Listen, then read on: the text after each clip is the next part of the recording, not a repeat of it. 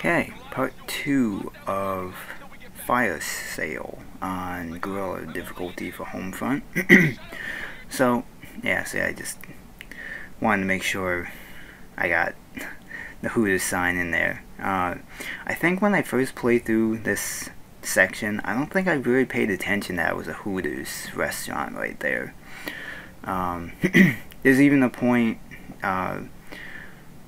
during the last section when you're taking out the soldiers where Khan actually says, take out the soldiers in the Hooters.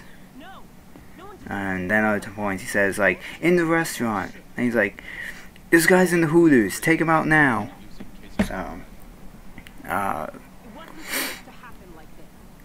eventually we're going to be moving through the TigerDirect.com warehouse store, a wholesale store. I forget what the exact title was, and I'm pretty sure those drink machines, that's an actual drink name or drink product, like an actual drink, not something that they made up, but I'm not completely positive on that.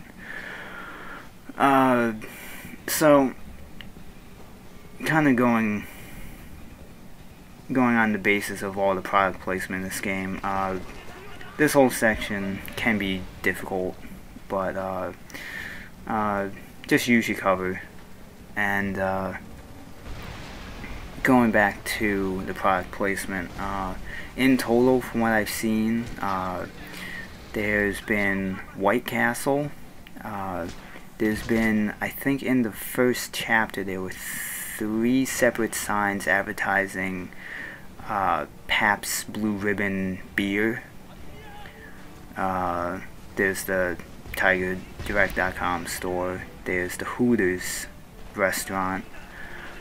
I'm pretty sure the drink machine is an actual drink product, so that's another one.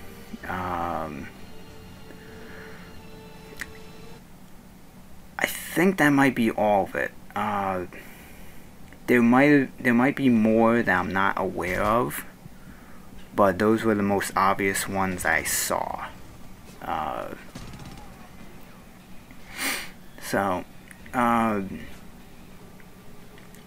This section, I'm not really sure exactly when I got the checkpoint, but when I died and I reloaded, it put me like just past the doorway where I came in. So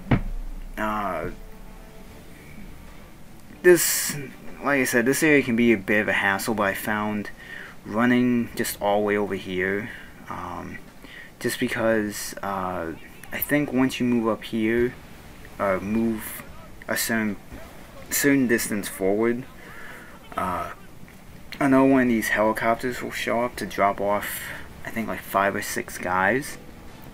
But because I ran over here, I have like a perfect line of sight on all of them.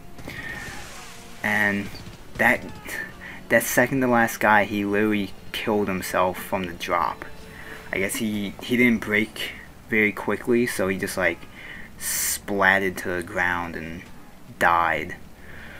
But that area comes in really handy because now I actually picked up some of the ammo that was there. But then I ended up dying, and it checkpointed me on the other side where I was standing, but it actually came in handy, just because I used the explosive barrels to take those guys out. And I found running over this way to be, I found it easier dealing with the rest of the soldiers running on this side.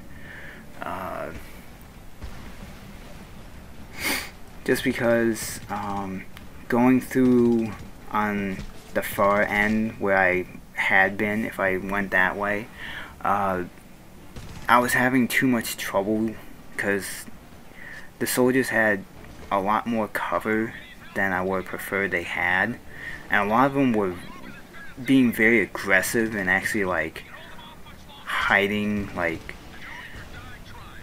right on the other side of the cover I was at, and kind of just coming around and shooting me in the back. So I found running over onto this side to be just a lot less difficult.